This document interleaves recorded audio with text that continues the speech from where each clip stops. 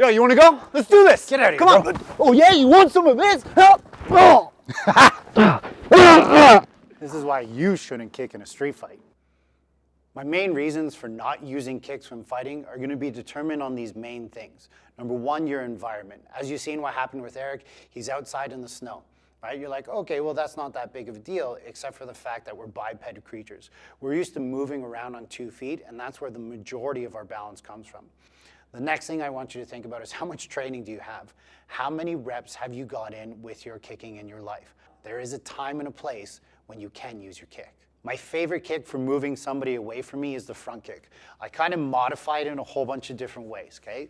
So I'm just gonna show it very, very basic, okay? Is kind of the teep push kick for all those Muay Thai kickboxing guys. They love driving the high knee and pushing them away. So high knee and be able to push away. I think it works great. It's definitely meant to move people away from you compared to like karate where they're trying to like snap into the kick itself and break a board. So they're more focusing on crane, snapping and through, right? All of that works great, but let's combine those together. Number one reason why is if I throw a teep with a really high knee, everybody's gonna see it coming. And the higher that knee goes, it's very easy for them to just step off to the side. So rule of thumb that I have is I don't bring my knee higher than my hip, okay?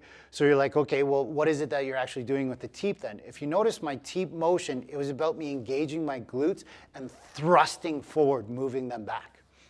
I think absolutely fantastic, taught in every single kicking martial art I've ever trained in, karate, taekwondo, kung fu, you're always talking about this hip thrust forward. So now let's add in that snapping motion of that kick though.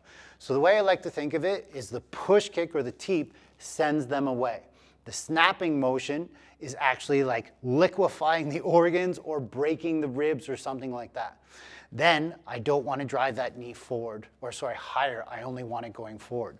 So while I'm in my stance, I'm driving forward. I always like to kick with the back leg if I have time. I'm C-stepping through or just stepping through, so you can see with my footwork, I'm actually going forward. I'm not just kicking and staying in place. That's just me having a strong kick because I've kicked for 30 plus years. I want to use my energy, so I'm going to be really lazy in my snapping kick, and as I kick, notice there's forward energy. That's what's helping push him back. But let's combine all that together. I want the moment of impact to have some karate or taekwondo snap in there. Very important to cause some superficial or front level pain. Then I want that feeling to be able to move them back. So I'm gonna have to activate my glutes and drive forward. All this time, I'm hoping that my knee doesn't pass that hip line. Whenever I'm aiming at a target, notice I'm not kicking at head height or chest height. I'm aiming for the center. Just like when I was in the military, you don't try and shoot somebody in the face, you shoot them in the center of their mass. If we tie all that together, then we have a good chance of smashing it. So you can hear there's a little bit of snap on the bag itself, thanks, right? There was the pushing motion of my hips. There was that driving motion forward. There's a lot that comes into modifying that kick to be for self-defense. But the big thing that you're noticing, I'm not kicking above hip height. I'm making sure that I'm doing what works the best. And sometimes that's the most efficient way, straight lines going forward.